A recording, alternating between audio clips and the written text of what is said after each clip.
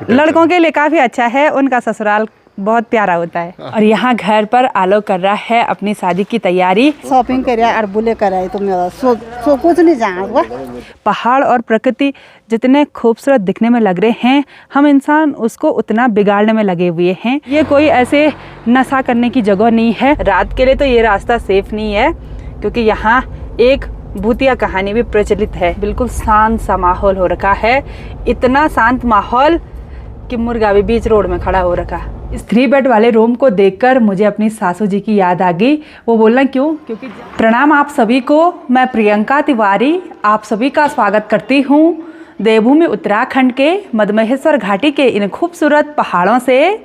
आज मैं अपने व्लॉग की शुरुआत सुबह के लगभग 11 बजे से कर रही हूँ। इसी के साथ मेरे मायके गिरिया गांव और मधमहेश्वर घाटी के चारों तरफ के खूबसूरत पहाड़ों के नज़ारे रोज़ की तरह बहुत ही सुंदर दिखाई दे रहे हैं।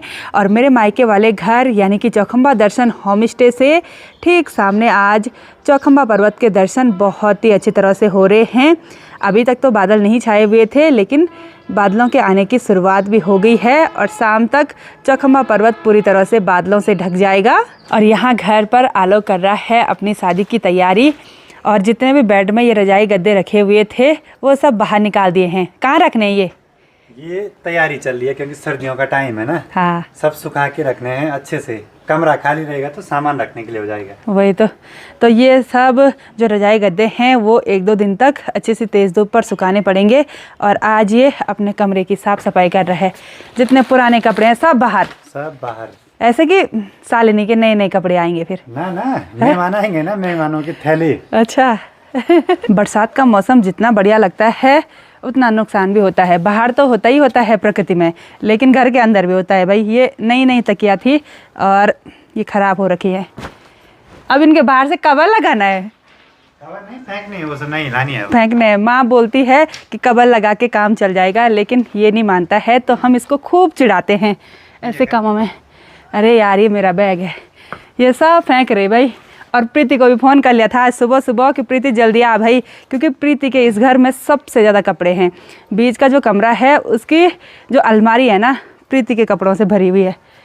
कहाँ डालने वो कपड़े? मैं बोरी बना के पैक कर रहा हूँ। ये तो कपड़े पहनता है नहीं, क्योंकि इसके पास बहुत सारे कपड़े ऐसे हैं जिनके टैग अभी तक उतारे नहीं, लेकिन 5-7 साल हो गए उनको। अरे घर में क्या पहनना है, घर में तो नॉर्मल चल जाते हैं, इधर उधर हम जाते हैं नहीं।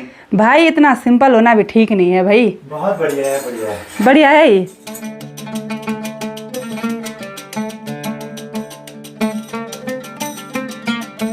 आज भाई को घर में ज़्यादा काम नहीं है, बस ये गद्दे वगैरह सुखाने हैं। बाकी जो छोटा मोटा सफाई का काम होगा ना, हम शादी से कुछ दिन पहले आकर कर लेंगे, चिंता मत करना, ठीक है? व्यवस्था हो जाएगी, क्योंकि हम लगभग 1 हफ्ते पहले तो आ ही जाएंगे, है ना? हाँ बिल्कुल। तो फिर हस्बैंड जी भी काम करेंगे। हाँ मिलके करेंगे। लड़कों के लिए काफ़ी अच्छा है, उनका ससुराल बहुत प्यारा होता है। नहीं लड़कियों के लिए भी होता है भाई, खासकर हमारे लिए तो अच्छा है। भाई चिंता मत कर, ठीक है? ना कल शहर की ओर निकल जाना। ठीक है, बहुत काम है वहाँ। 5-6 जगहों पे कार्ड देने हैं, बेदाने भी जाना है, खरीदारी भी करनी है और छोटा मोटा सामान भी कर ले आना है। सही बात।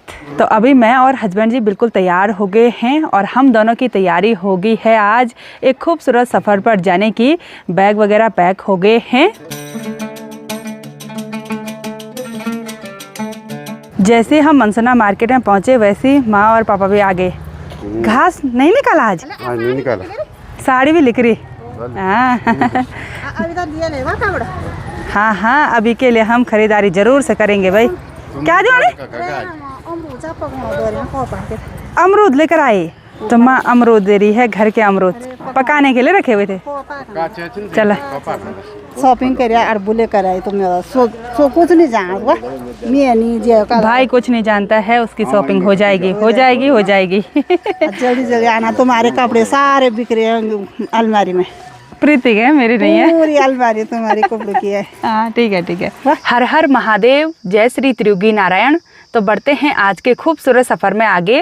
और आज हमारा सफ़र होने वाला है यहाँ रुद्रप्रयाग जिले के मधमहेश्वर घाटी से चमोली जिले के श्री बद्रीनाथ धाम तक, यानी कि हम बैकुंठ धाम के दर्शन करने के लिए जाने वाले हैं।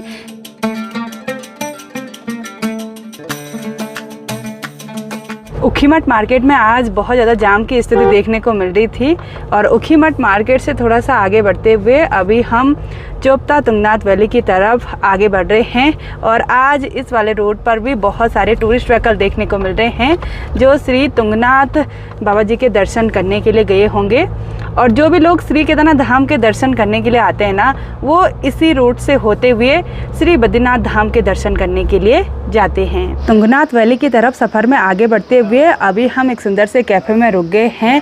तो यहाँ पर गर्मा गर्म चाय कॉफ़ी का आनंद ले लेते हैं। कितनी सुंदर लोकेशन है ना, यात्रियों को तो ज़्यादा ही पसंद आती होगी। बगल पर ही झरने बहते होंगे बरसात के टाइम पर, तो और भी खूबसूरत नज़ारे, मजा आता होगा बरसात के टाइम। वही तो अब गर्मा गर्म कॉफ़ी पी लेते हैं। और मस्त गर्मा गर्म कॉफ़ी पीने के बाद हस्बैंड जी तो यहाँ पर गाड़ी की धुलाई करने लग गए हैं। अच्छा, खाली पानी मार दे, केवल पानी, धूल धूल चिपकी हुई है ना, तो फिर से चिपक जाएगी धूल। अभी नहीं, हाँ सही है ना? चलो, तो गाड़ी को चमका दिया। तो अब यहाँ से आगे मैं रिलैक्स हो जाऊँगी क्योंकि यहाँ से आगे अब हस्बैंड जी ड्राइविंग करने वाले हैं।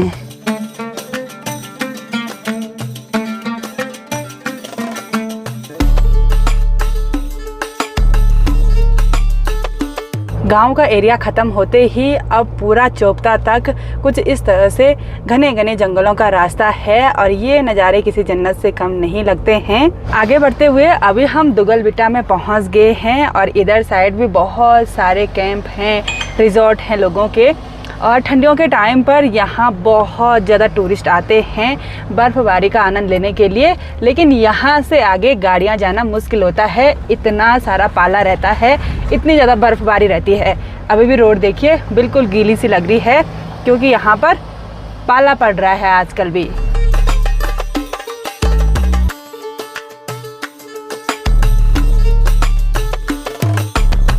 थोड़ा सा आगे बढ़ते हुए अभी हम बनियाकुंड में पहुंच गए हैं और यहाँ रोड के दोनों साइड बहुत सारी दुकानें हुआ करती थी जो कुछ टाइम पहले वन विभाग के द्वारा तोड़ दी गई, तो लोगों ने अब कैंप साइट बना दिए हैं। चारों तरफ ये जो हरे भरे पेड़ पौधे देखने को मिल रहे हैं ये मोरू, खरसू और साथ ही शमरू के हैं। और शमरू पर बहुत ही सुंदर फूल खिलते हैं, यानी कि बुरांस की एक प्रजाति है। और यहाँ पर से चारों तरफ के नज़ारे बहुत ही गजब के देखने को मिलते हैं। अभी पेड़ पौधे थोड़ा कम हो गए और इधर साइड पूरा ये बुग्याल वाला एरिया शुरू हो गया। और यहाँ बुग्याल के बीच में बहुत सारे ये मरोड़ा छानी बने हुए हैं जहाँ पर लोगों की गाय भैंस 6 महीने रहती है और इन बुग्यालों की हरी हरी घास चढ़ती है। तो यहाँ बहुत ही ज़्यादा टूरिस्ट व्हीकल आज देखने को मिल रहे हैं, कुछ लोकल व्हीकल भी हैं और हम भी यहाँ पर रुक गए। क्या नज़ारे हैं ना, सुंदर, बहुत सुंदर नज़ारे, मनमोहक। और हस्बैंड जी थोड़ी देर पहले मेरे साथ मजाक कर रहे थे, बोल रहे थे कि चोपता तुंगनाथ की पुरानी यादें ताज़ा हो गई। मैंने बोला कितनी पुरानी यादें? बोल रहे हैं कि जब हम 12 में रहते थे तब आए थे। हाँ, टूर पे आए थे हम, ज्योग्राफी के टूर पे। अरे वाह वाह तब की यादें हैं बोला।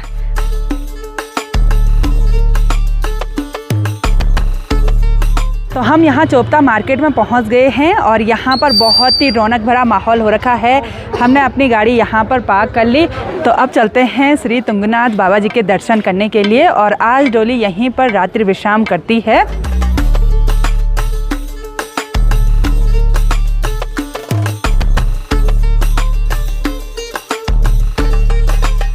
हमारे साथ साथ आप सभी लोग भी दर्शन कीजिए। उत्तराखंड के पंच केदारों में से तृतीय केदार भगवान श्री तुंगनाथ बाबा जी के आज डोली यहीं पर रात्रि विश्राम करेगी, कल दूसरी जगह पर और परसों जाएगी मक्कू मठ में जहां पर भगवान श्री तुंगनाथ जी का शीतकालीन गद्दी स्थल है। तो हमको भी दर्शन करने का सौभाग्य प्राप्त हुआ।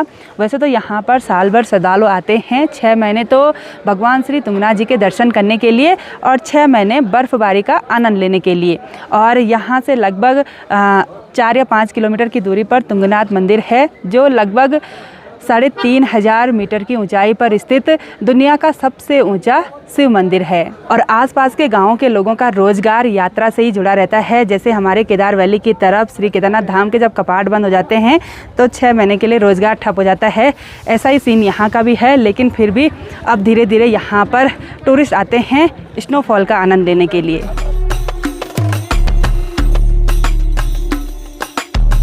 तो यहाँ पर आज मुझे बहुत सारे सब्सक्राइबर मिले, अलग अलग जगह से आए हुए हैं जो कि भगवान श्री तुंगनाथ जी के दर्शन करने के लिए गए हुए थे। तो सभी से मिलकर बहुत ही बढ़िया लगा। धन्यवाद आप सभी लोगों के लिए जितने लोग भी ब्लॉग देखते हैं। बाकी इधर साइड ज़्यादातर लोग अभी हमको लोकल देखने को मिल रहे हैं जो आसपास के गाँव के हैं और बाबा जी की डोली को लेने के लिए आ रखे हैं। तो अब हमारा आगे का सफ़र इस वाले रूट से होगा। और जब मेरे सब्सक्राइबर मिलते हैं ना तो हस्बैंड जी के चेहरे पर अलग ही खुशी रहती है, ऐसे कि मेरे बुआरी को पहचानने वाले इतने हैं। हाँ ऐसे थोड़ा थोड़ा। अभी तक तो मैंने आप सभी लोगों को चारों तरफ की सुंदरता दिखाई और अब मैं आपको दिखाने वाली हूँ हम सभी लोगों के द्वारा की गई गंदगी। चोपता मेन मार्केट से लेकर काफ़ी दूर दूर तक रोड के ऊपर की साइड बहुत सारे टूरिस्ट व्हीकल पार्क हो रखे हैं और गंदगी भी कुछ इस तरह की हो रखी है। बहुत ज़्यादा कूड़ा कचरा, ज़्यादातर प्लास्टिक देखने को मिल रही है। और यहाँ ऊपर की साइड बुग्यालों की तरफ गाय बैल भी चढ़ते हैं तो उधर साइड भी कूड़ा कचरा, ये प्लास्टिक और कांच की बोतल भी, जो कि दारू की बोतल है, वो भी देखने को मिल रही है। तो अब यहाँ से नीचे के नज़ारे मैं आपको दिखाती हूँ। नज़ारे तो बहुत ही ब्यूटीफुल हैं, चारों तरफ देखो। तो जैसे ही यहाँ नीचे की साइड नज़र जाती है तो सिर्फ ये पानी की बोतल वगैरह दूर दूर तक मुझे यही दिखाई दे रहा है। पानी की बोतल ज़्यादातर मात्रा में है। ये सारी गंदगी मैं आप सभी लोगों को इसलिए दिखा रही हूँ क्योंकि प्रकृति जिस दिन अपना बदला लेगी ना तो ढंग से लेगी। पहाड़ और प्रकृति जितने खूबसूरत दिखने में लग रहे हैं, हम इंसान उसको उतना बिगाड़ने में लगे हुए हैं। आप में से जितने भी लोग मेरे व्लॉग देखते हैं, आप सभी लोगों से हाथ जोड़कर निवेदन है कि जब भी आप किसी भी टूरिस्ट प्लेस पर और कहीं भी दर्शन करने के लिए जाते हैं, हमारे उत्तराखंड में ही नहीं जहाँ भी जाते हैं, तो कृपया ऐसी गंदगी मत फैलाइए। अब पानी की बोतल पी रहे हैं, ख़त्म हुई, बाहर फेंक दिया गाड़ी से, अपने आप चले गए। लेकिन ये गंदगी कौन झेलेगा? ये बेचारे जानवर, पता चल रहा प्लास्टिक खा लिया तो मर जाएंगे। यहाँ के जो जंगली जानवर हैं वो सहेंगे, क्योंकि कई बार क्या करते हैं यात्री लोग कि खाना पॉलीथीन में लेते हैं और थोड़ा खाया फेंक दिया, फिर जंगली जानवर उस पॉलीथीन सहित उसको चबा लेता है, फिर मर जाता है। तो उस मौत के जिम्मेदार भी हम ही लोग होते हैं। मैं आप सभी लोगों को कह रही हूँ और आप विश्वास नहीं करेंगे, ये बैल आराम से चल रहा है और जहाँ पर ये चल रहा है यहाँ पर एक दारू की बोतल है, एक नहीं दो, और कुछ फूटी हुई बोतल भी है। अब देखो ये कितने आराम से इस छोटी छोटी घास को चुग रहा है और बीच में ऐसे, ये बहुत ही बेकार है। इस चीज़ के लिए उत्तराखंड सरकार को कुछ ना कुछ ठोस कानून ज़रूर बनाने चाहिए कि जो भी लोग इधर ऊपर की साइड आ रहे हैं ना, उनकी गाड़ी चेक हो, प्रॉपर बैग चेक हो। ये कोई ऐसे नशा करने की जगह नहीं है, ये हमारे भगवान श्री तुंगनाथ जी का पावन जगह है, पावन भूमि है। तो यहाँ पर ऐसा बिल्कुल भी नहीं करना चाहिए, बिल्कुल भी नहीं। चोपता मेन मार्केट से आगे बढ़ते हुए एक धार क्रॉस करने के बाद रुद्रप्रयाग जिले को छोड़ हम चमोली जिले में पहुँच गए हैं और अब फिर से घने घने जंगलों का रास्ता होने वाला है। और अभी हम चढ़ाई पर नहीं बल्कि डाउन जा रहे हैं और मंडल तक ये रास्ता बहुत ही खूबसूरत है। घने घने जंगल और कई बार जंगली जानवर भी दिख जाते हैं। रात के लिए तो ये रास्ता सेफ नहीं है क्योंकि यहाँ एक भूतिया कहानी भी प्रचलित है ना? भयंकर वाले ना, भयंकर वाले रोक देते हैं, बोले गाड़ी, अब बीड़ी मांगते हैं, बोले पता नहीं होता होगा कि नहीं होता होगा।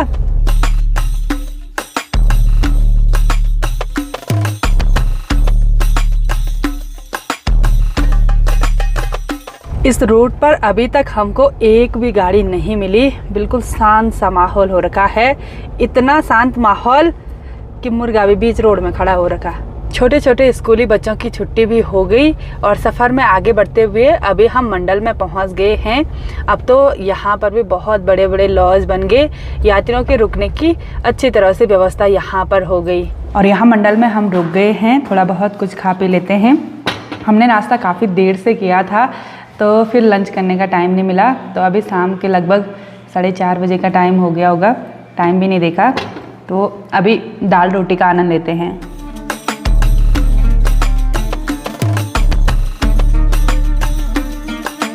आगे बढ़ते हुए हम सगर गांव में पहुंच गए हैं और यहाँ पर भगवान श्री रुद्रनाथ जी के मंदिर को जाने का मुख्य प्रवेश द्वार है। और चतुर्थ केदार भगवान श्री रुद्रनाथ जी के दर्शन करने के लिए हम कुछ टाइम पहले गए हुए थे। बहुत ही लंबा और बहुत ही अच्छा सफ़र हमारा रहा। अब उस गेट को देखकर ऐसा नहीं बोलूँगी कि यहाँ नहीं जा रखे हैं, है ना, क्योंकि रुद्रनाथ ही छूट रखे थे जहाँ मैं गई नहीं थी, तो वहाँ के दर्शन भी हमने कर लिए थे।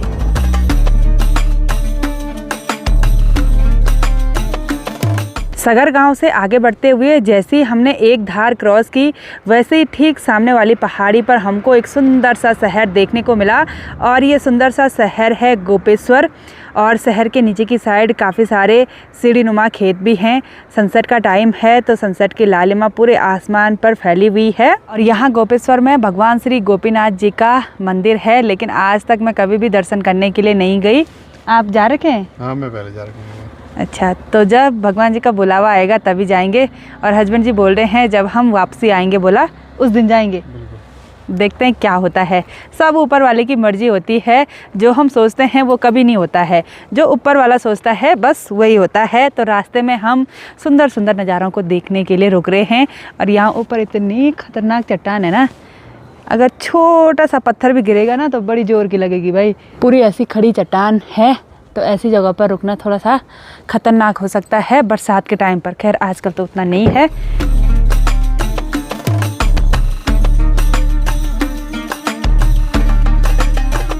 सफ़र में आगे बढ़ते हुए अभी हम चमोली मार्केट में पहुंच गए हैं, और शाम के लगभग 5:30 बजे का टाइम भी हो गया।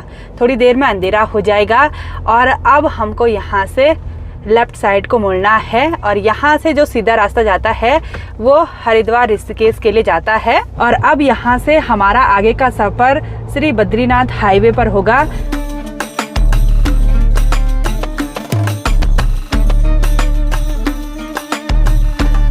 खूबसूरत सफ़र में आगे बढ़ते हुए रात के लगभग 8:30 बजे हम श्री बद्रीनाथ धाम में पहुंच गए हैं। और हमने नाइट स्टे के लिए होटल रूम भी ले लिया। काफ़ी सारे रूम हमने देखे थे, लेकिन लास्ट में ये 3 बेड वाला रूम बहुत ही बढ़िया लगा। इस 3 बेड वाले रूम को देखकर मुझे अपनी सासू जी की याद आ गई।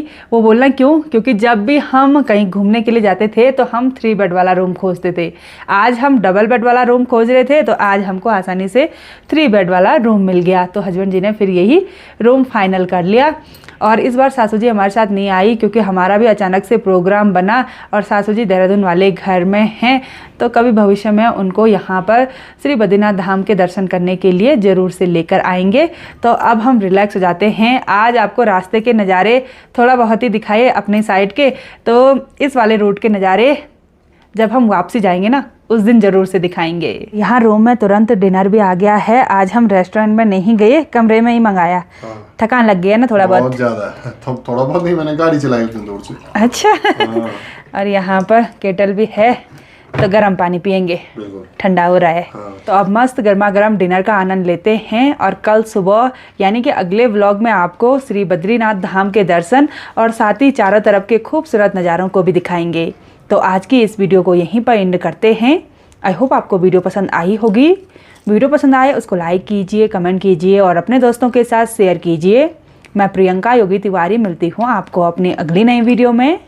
तब तक के लिए जय देवभूमि उत्तराखंड।